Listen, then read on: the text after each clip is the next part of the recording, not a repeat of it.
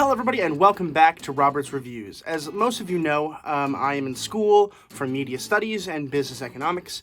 So for one of my classes for media studies, which I'm focusing on film, is digital storytelling. And so for this, I had to watch this movie. I'll get into that in a little bit, but the general idea is I was told to watch this movie, so I did, and I was like, I might as well review it on the channel. So that's why we're talking about it on the channel. So, without further ado, let's talk about Zola.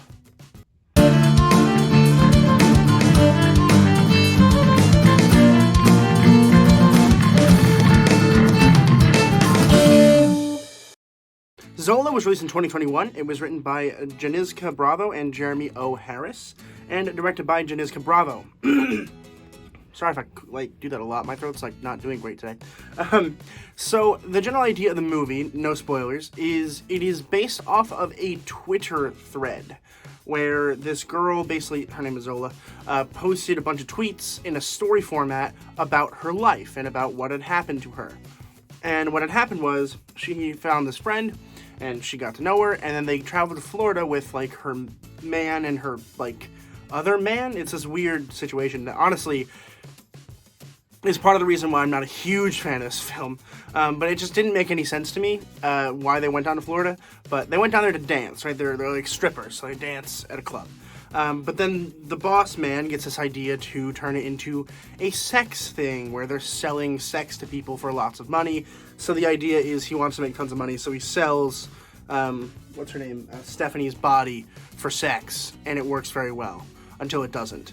And of course Zola's uncomfortable with this the entire time, which I thought was nice to see, because this could have been a very, very interesting movie if we were trying to promote it in terms of it's a good way to make money. So I'm glad it didn't really go that route. It kind of did a little bit, but it didn't really go that route.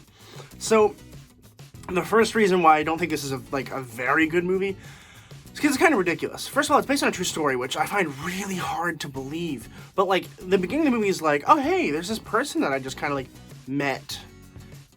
Want to go to Florida so we can strip together? I don't see that happening in real life. Maybe I'm wrong. Maybe this happens a lot. I don't see it happening a whole lot.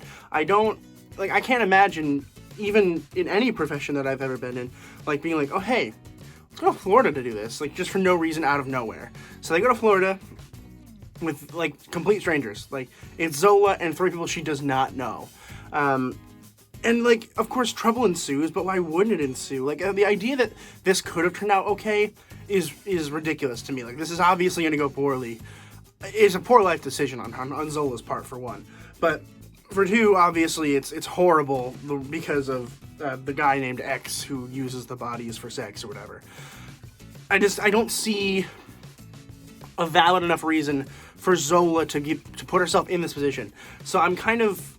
I'm of course not siding with the bad guys, but I also don't like Zola as a character. I don't like her. I think she's ridiculous. And so it just kind of feels like I'm watching the movie for no reason, because I don't like any of the characters.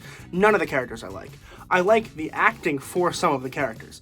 Particularly, I think Coleman Domingo did a very good job of being just super menace and creepy. He has this awesome voice that's just this crazy low timbre. And it's so good. And he was in Candyman, and I really liked him in there as well.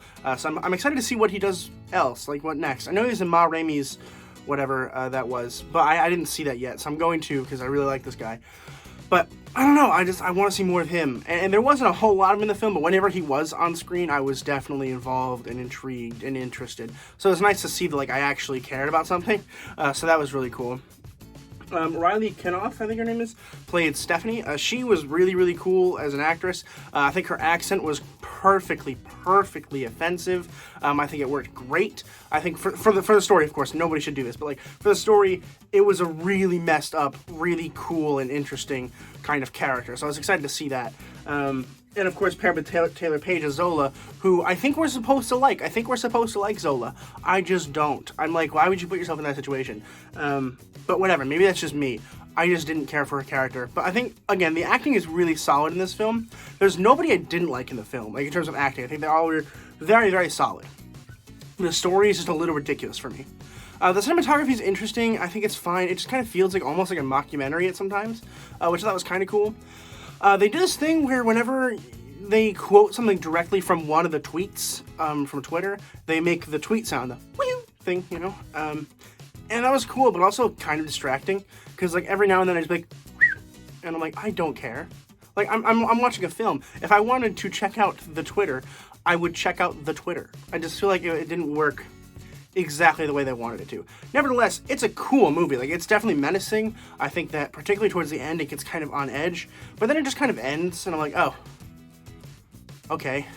Like, I guess, again, it is super original, it's cool, it's interesting how they can take a Twitter feed and put it into this. I just don't think it worked as well as I think they thought it was going to, but it's fine. If you want to check it out, I definitely think you should.